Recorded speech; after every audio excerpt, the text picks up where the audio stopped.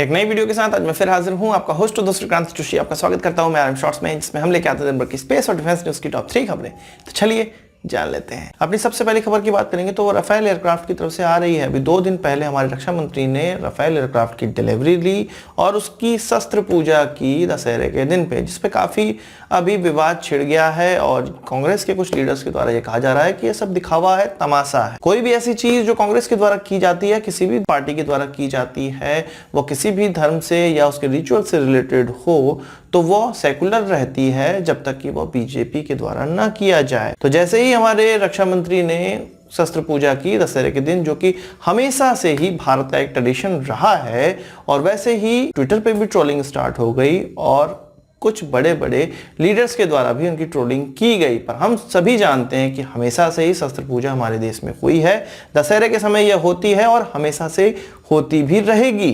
जिनको भारत के कल्चर से प्रॉब्लम है वो बेशक इस प्रकार की ट्रोलिंग कर सकते हैं, पर जिनको भारत के कल्चर से प्यार है वो इसको जरूर अप्रिशिएट करेंगे। और हमेशा ही एक नेचुरल काम उन्होंने किया है जो कि हमेशा से ही किया जाता है, जिससे किसी को कोई प्रॉब्लम नहीं है। केवल और केवल प्रॉब्लम यह है कि यह बीजेपी के किसी लीडर के द्वारा किया गया है। तो इस प्रकार की चीजों से हम लोगों को बचना चाहिए। तो अभी राफेल की पहली राफेल की डिलीवरी ली गई है, तो दूसरे राफेल की भी फोटो अब निकलकर सामने आ गई है। हवा में उड़ता हुआ यह राफेल एयरक्राफ्ट आरबी सीरीज का दूसरा एयरक्राफ्ट होने वाला है, जिसकी तस्वीर डैसॉल्ट और फ्रांस ने जारी कर दी है। आप जानते हैं कि मई 2020 तक हमें 4 राफेल की डिलीवरी हो जाएगी और तभी जाके ये भारत आएगा और तभी जाके इस पूरे का पूरा फ्लीट उड़ने योग्य होगा। वही बात करें इसके इंजन से रिलेटेड खबर की, तो सैफरन जो कि इस राफेल एयरक्राफ्ट के लिए इंजन बनाता है, वह अब भारत को इंजन की टेक्नोलॉजी देने को तैयार हो चुका है। इससे पहले भी हम लोगों ने खबर को सुना था कि डीआरडीओ के साथ एक विवाद हुआ था उनका कि पैसे कितने लगाने हैं सैफरन को और डीआरडीओ को, या भारत सरकार को कितने पैसे लगाने हैं, इस पर कंफ्यूजन थी। इस कारण से वह भारत को कोई भी इंजन की टेक्नोलॉजी नहीं देने वाले थे। पर अब जो लेटेस्ट खबर निकल कर आई है उसमें यह कहा गया है कि सैफरन किसी इंजन की टेक्नोलॉजी भारत को देगा और उसका प्रोडक्शन किया जाएगा भारत में। और कुछ बड़े ऑफिशियल्स का यह कहना है कि इस टेक्नोलॉजी के बाद भारत में जो इंजन बनेंगे वो ऐसे देशों को बेचे जा सकते हैं जिनके द्वारा राफेल का इस्तेमाल किया जाता है। तो इससे यह समझ लेना चाहिए कि राफेल एयरक्राफ्ट में लगने वाले इंजन की टेक्नोलॉजी भारत को दी जाएगी।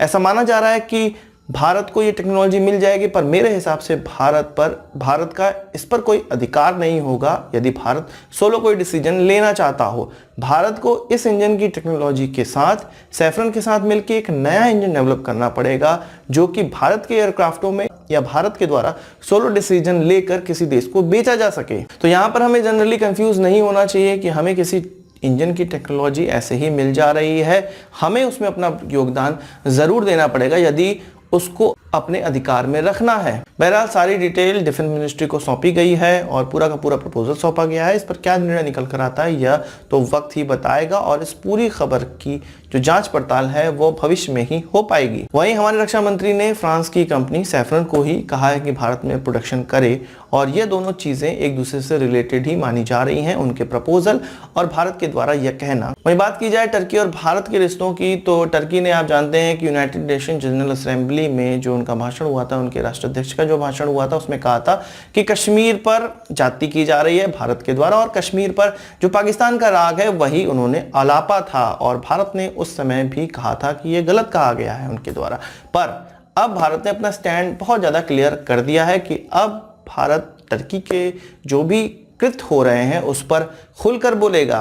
कुर्दिश लोगों पर सीरिया में जो अटैक किया गया अभी टर्की के द्वारा, उस पर भारत ने कहा है कि टर्की के द्वारा किया गया ये एक तरफा जो आक्रमण है वह उस क्षेत्र में अनस्टेबिलिटी ले आएगा और इसके द्वारा जो कई लोग अपने घर छोड़कर इधर उधर जा रहे हैं वह ह्यूमन राइट्स के लिए अच्छा नहीं है और वहां के लोगों के लिए अच्छा नहीं है। यहाँ पर भारत ने उनकी निंदा भी की है कि इस प्रकार की चीजें नहीं होनी चाहिए। यहाँ पर उन लोगों से मैं कहना चाहता हूँ जो भारत की कश्मीर पर जो भी चीजें की जा रही हैं, जो भी प्रिकॉशंस लिए जा रहे हैं, उस पर बुराई करते हैं, उनको यह समझना चाहिए कि कश्मीर हमारा पार्ट है, हम उसके लिए कुछ भी कर सकते हैं और उसका किसी भी तरह से देखरेख करना पड़े, जिसके लिए जरूरी कदम उठाना पड़े वो हम कर सकते हैं। पर यहाँ पर टर्की ने सीरिया में घुस के कुर्दिश लोगों पर अटैक किए हैं, यानी कि वो दूसरे देश में घुस के अटैक कर रहे हैं, तब भी उनकी चीज़ों को सही दिखाया जाता है और हम अपने देश में भी कुछ कर रहे हो तो उसको गलत माना जाता है।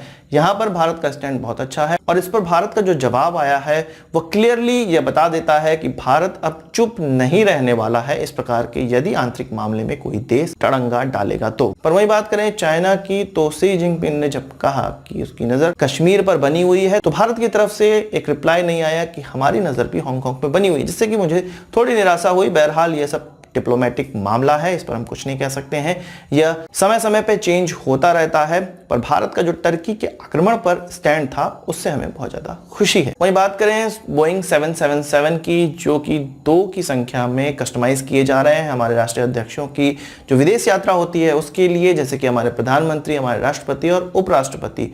इससे पहले ऐसे एयरक्राफ्ट से वो सफर करते थे जिसको एयर इंडिया ही चलाती थी और मेंटेन करती थी और एयर इंडिया के पायलट के द्वारा ही इसको उड़ाया भी जाता था। पर अब जो ये कस्टमाइज प्लेन्स बनकर आने वाले हैं बोइंग 777, जुलाई 2020 तक यह भारत को डिलीवर हो जाएंगे, कस्टमाइज होकर डिलीवर हो जाएंगे, जिसमें कि $1.9 मिलियन की डिफेंस सिस्टम लगा हुआ है जो कि यूएस के एयरफोर्स 1 वाले एयरक्राफ्ट के ही समतुल्य है। तो उसको अब डिसाइड किया गया है कि जो air India engineering service limited है उसके द्वारा ही मेंटेन किया जाएगा। पर जो इसको उड़ाएगा वो कोई एयरफोर्स का पायलट ही होने वाला है। 6 इस प्रकार के पायलटों को ऑलरेडी एयर इंडिया ट्रेनिंग दे रही है, आगे और भी पायलटों को ट्रेनिंग दी जाएगी ताकि वो इस प्रकार के एयरक्राफ्ट उड़ा सकें। इससे पहले जो एयरक्राफ्ट थे उनको कमर्शियल इस्तेमाल भी एयर इंडिया करती थी, पर जब राष्ट्रीय अध्यक्षों का दौरा होता था तब उसमें इस्तेमाल किया जाता था। पर ये जो एयरक्राफ्ट होंगे वो डेडिकेटेड हमारे राष्ट्रीय अध्यक्षों के लिए होंगे। आज की इस वीडियो के लिए बस इतना ही। आशा करता हूँ कि वीडियो पसंद आया होगा, आप इसको एक बड़ा थम्स अप जरूर देंगे। इस वीडियो से मत कोई सवाल सुझाव कमेंट बॉक्स में जरूर लाइएगा। नमस्कार, थैंक यू, जय हिंद।